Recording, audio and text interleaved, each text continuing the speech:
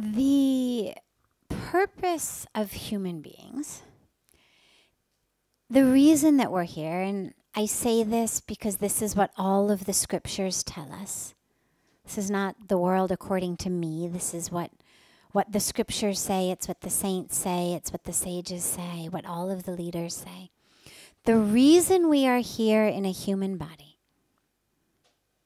is to attain the experience of our own divinity, self-realization, self-awareness, to know who we are. That's why we're here. And that's why we've been given the human body. Because with this mind, with this brain, we actually have the power and the ability to have that consciousness. The animal kingdom, certainly the plant kingdom, seem to act a lot better than we do. On the level of how we act, we certainly cannot say humans are the pinnacle of evolution. If you look at animals, they harm another only for two reasons.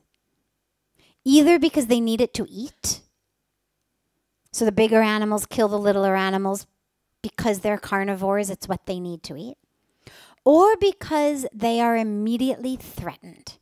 Come upon a mother bear with her cubs. If she thinks you're a threat to her cubs, she will attack. Those are the only two reasons. We are the only species that neither for food nor for physical protection of myself or my children do I harm another. So we are not at the highest of evolution in that way for sure. But what we have is the ability to witness ourselves, which none of the other species has. And that is a crucial component of attaining enlightenment. If I'm not able to step out of my identification with this body, with this personality, I'm not going to get enlightened. I've got to be able to connect with the one who's watching me do this, who's watching the drama. The one who says, oh yeah, now there's anger coming. But if I only identify as I'm angry, I'll never get there. So as humans, we have the ability to step out of the actor and to be the one watching the drama, and even able to control and direct the drama to some extent. So our purpose is to utilize that ability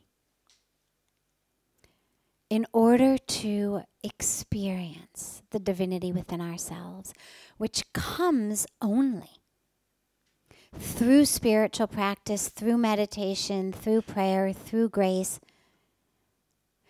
through something that gives us the experience of not being the body, but of being consciousness, of being spirit, of being love, of being one with all. And that's why we're here. That's why we get a human birth, is to have that awareness. And when you get it, that's when they say moksha, liberation. You don't have to come back again.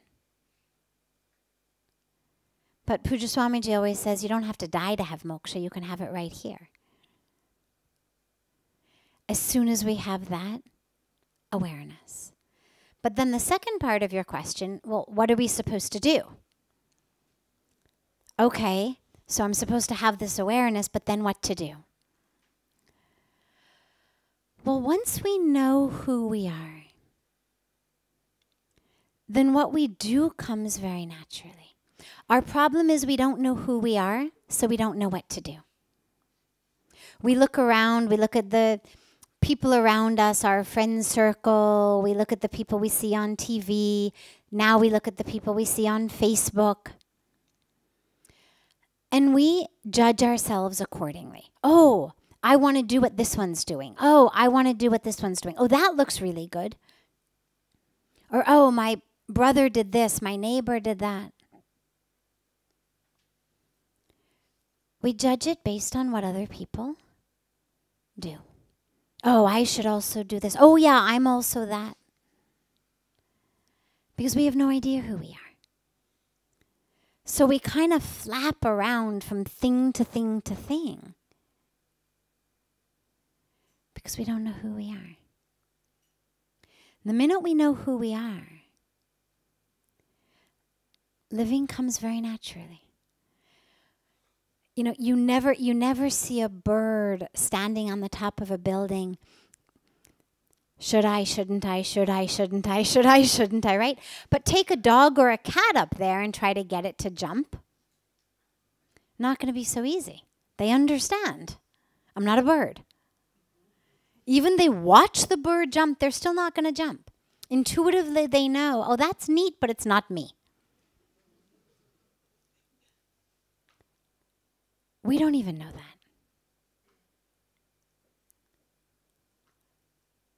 So through our meditation, through our spiritual practice, through purification, this is what all of sadhana is. When we talk about purification of the self, it's not purification of the capital S true self. It's purification of the self that I identify as, so that it will allow me to see the truth. It's the cleaning the dirt off my window so I can see the light that's already shining. And then, of course, what you find is it's not about what you do. It's about who you are and how you do it. And everything in life becomes an opportunity to fulfill your dharma.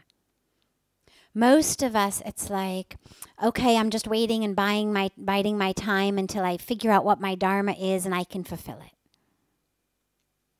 Or until I, am able to do this thing that I know is what I'm supposed to do. But all of the scriptures, all of the teachings are full of the exact opposite. That it's about every minute and every moment of how we live. It's not about that amazing thing. It's not about that high thing. It's not about this remarkable, unprecedented, extraordinary thing. It's about every minute and every moment, the integrity, the sincerity, the connection. I'll conclude with this, but I was just in Calcutta last week for an event, and on the morning we were leaving, we found that we had some extra time when we were going to the airport, and so we went to the Dakshineshwar temple near the airport in Calcutta, which is where, it's the great Devi Mahakali temple.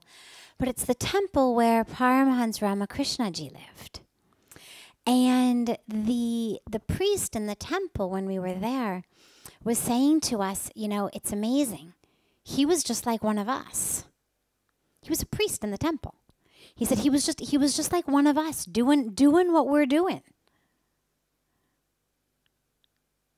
But in doing it, he was so in love with the mother, with the goddess, that the rest of the magic happened. And it's magic that now, 100 years later is still drawing people. And you feel it there. You feel it. The magic is still there. And that's what it's about. I'm sure most of the people serving as priests and, everybody's looking to do something different. You go to America, sadly, most of the priests in the temples have side jobs as well on their days, making extra money, wanting to do something else. How can I get a better job? Cello, being a priest was what brought me from India to America, but now that I'm here, how can I get a higher paying something? Thinking I'm not, this isn't my full potential. It's not my dharma. I should be something else. It's not about that. It's about who you are in doing what you're doing, in being the simple priest of the temple. He was so there and so present and so connected that in feeding her, she ate from his hands. And that's where the magic happens.